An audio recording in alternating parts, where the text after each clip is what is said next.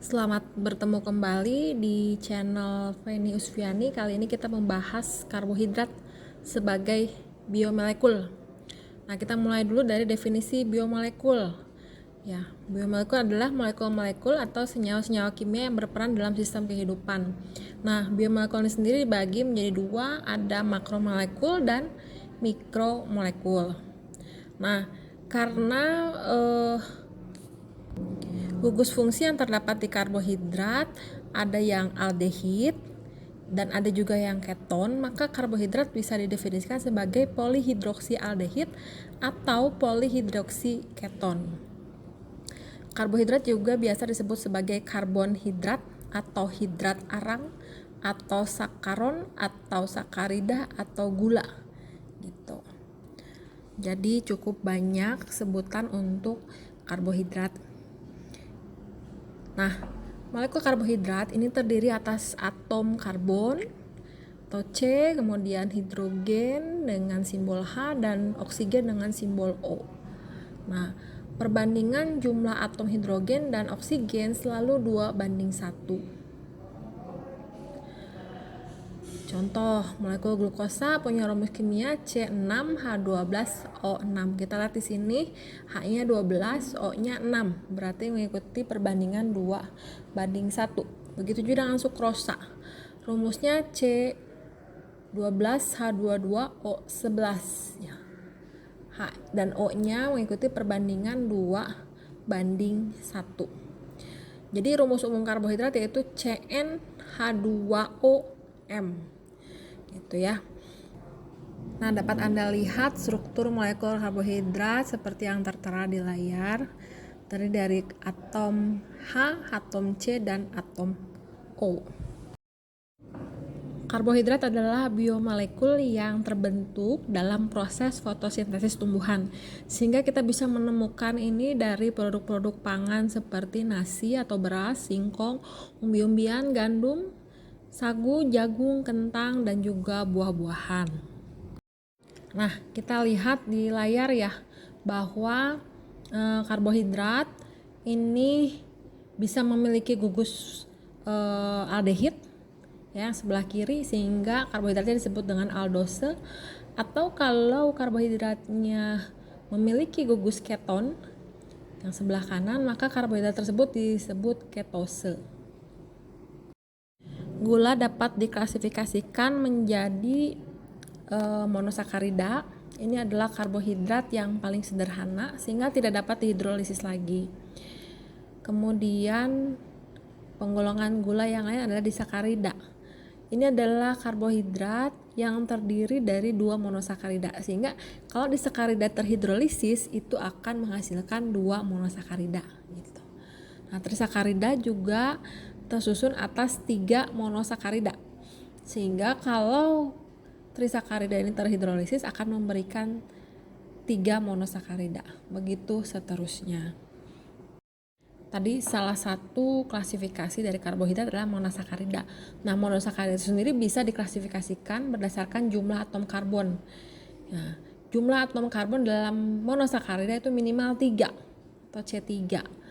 Ya, dan bisa juga mencapai 9 buah C.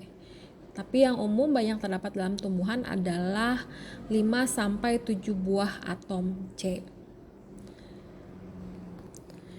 Kalau terdapat gugus karbonil pada ujung rantai monosakarida, maka monosakarida disebut aldose.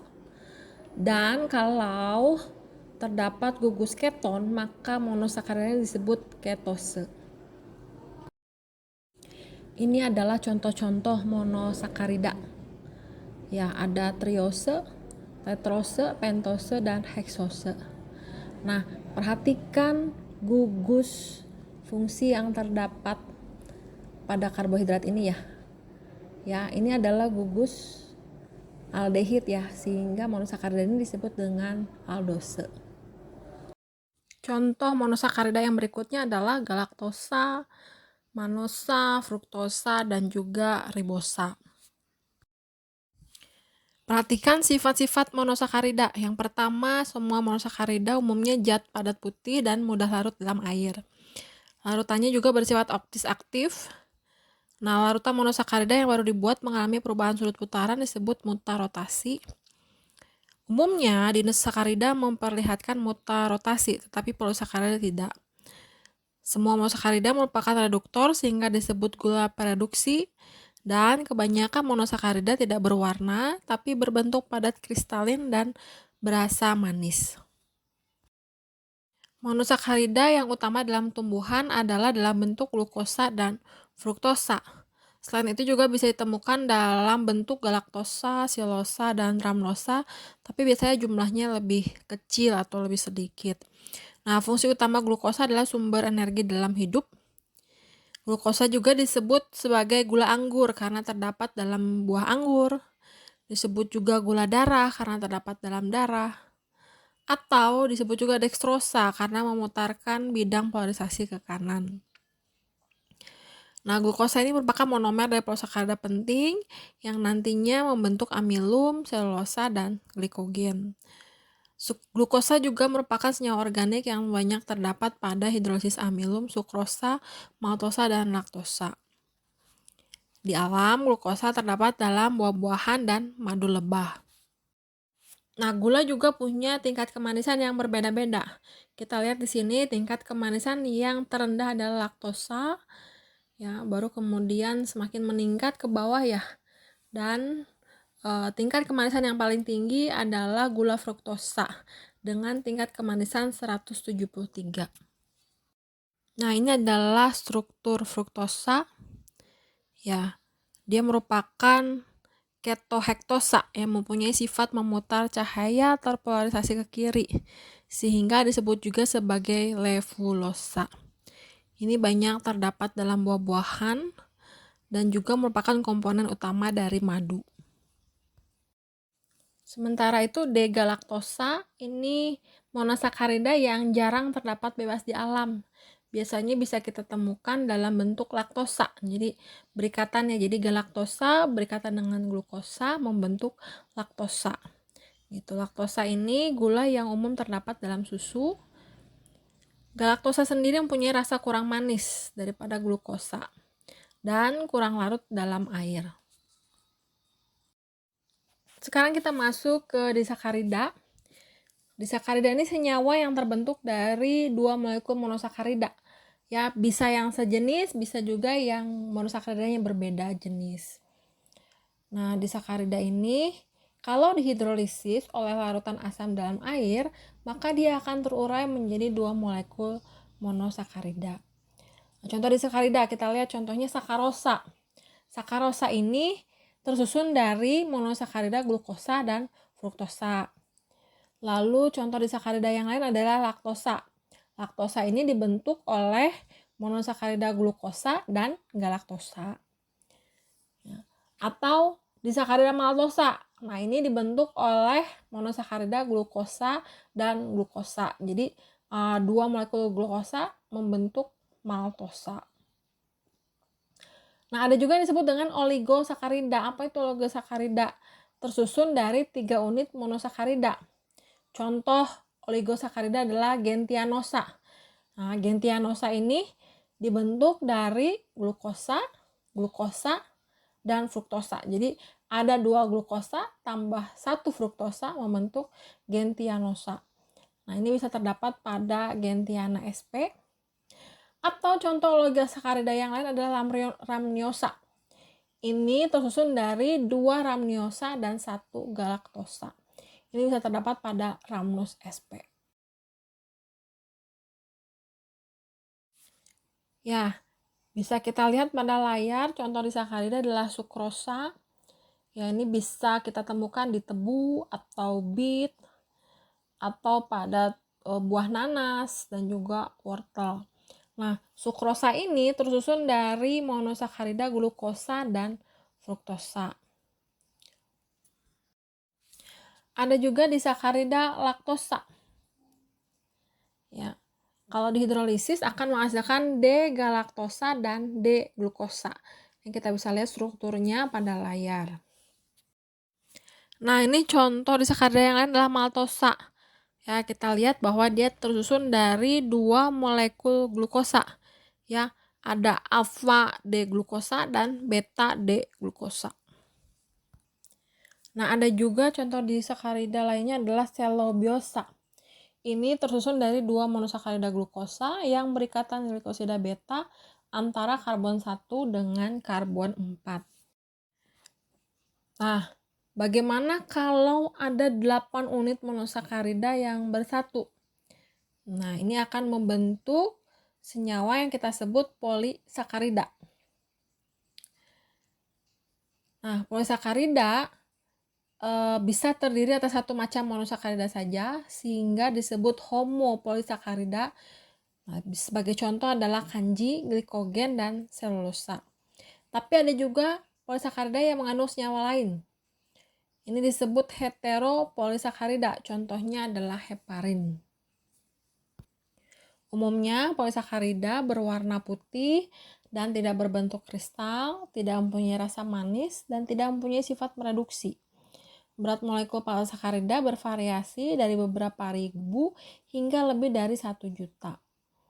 Nah, polisakarida yang dapat larut dalam air akan membentuk larutan koloid. Contoh-contoh polisakarida penting yaitu amilum, glikogen, dextrin, dan selulosa. Kebanyakan polisakarida ini bisa kita dapatkan dari tumbuh-tumbuhan.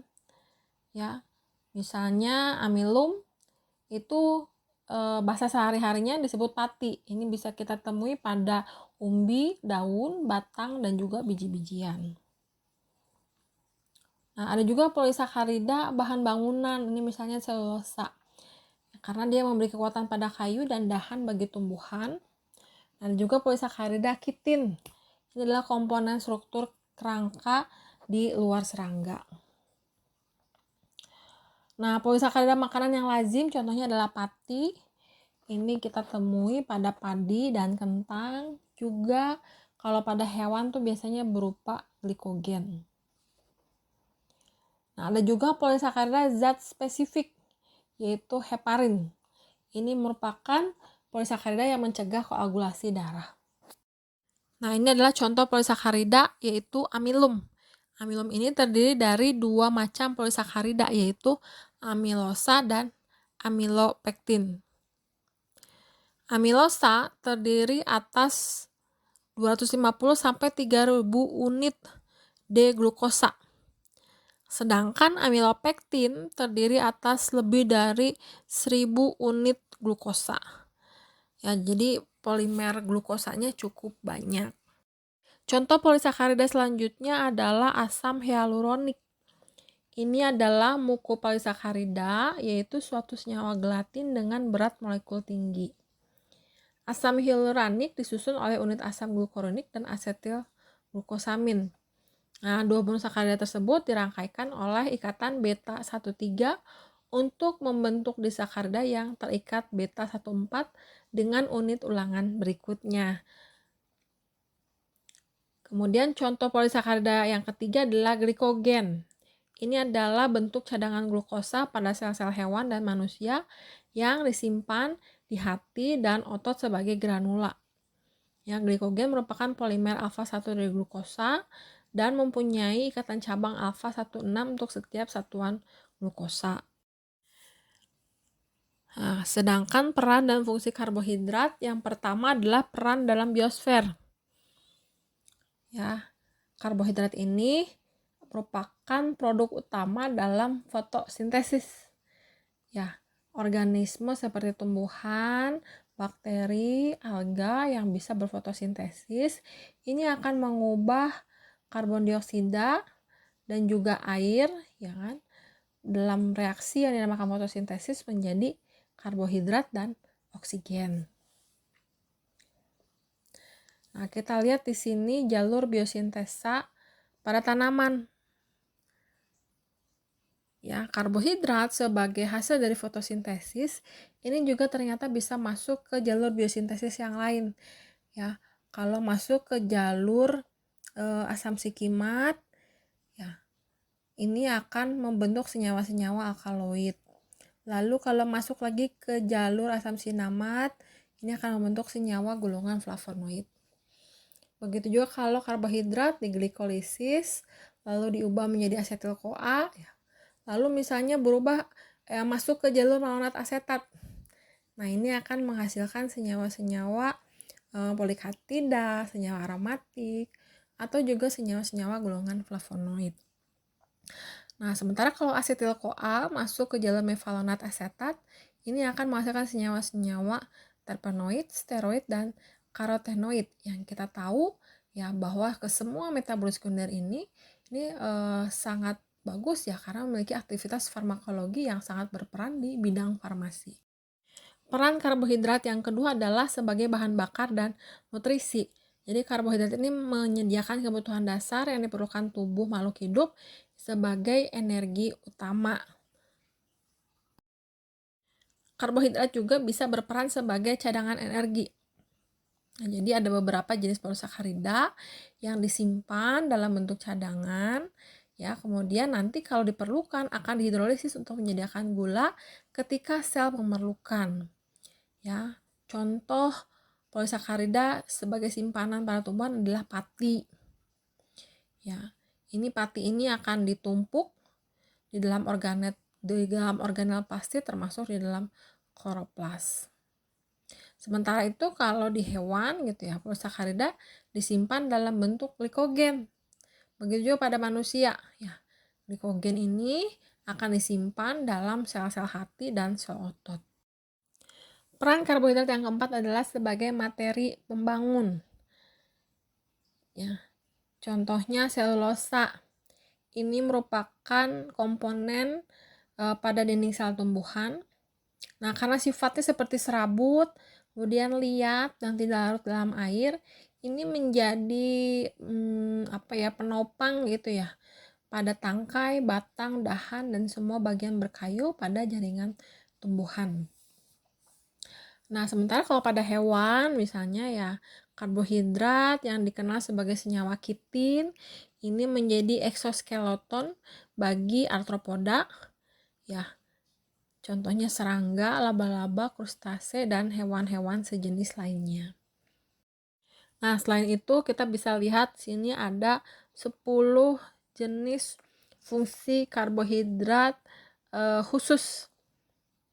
Ya, dimulai dari menjaga dan mempertahankan kerja sel otak, mengatur proses metabolisme tubuh, menjaga keseimbangan asam dan basa, membentuk struktur sel, jaringan, dan organ tubuh, lalu membantu penyerapan kalsium, melindungi protein, kemudian membantu metabolisme lemak dan protein, juga karbohidrat berfungsi untuk detoksifikasi zat-zat toksik tertentu. Ya, ada juga yang karbohidrat ribosa misalnya ya menjadi komponen dalam pembuatan asam nukleat. Ya. Ada juga karbohidrat yang bermanfaat untuk pencernaan. Contohnya adalah serat seperti selulosa, pektin, dan lignin. Nah, itu demikian materi pembelajaran tentang karbohidrat pada pertemuan ini. Terima kasih atas perhatiannya. Sampai jumpa di materi berikutnya.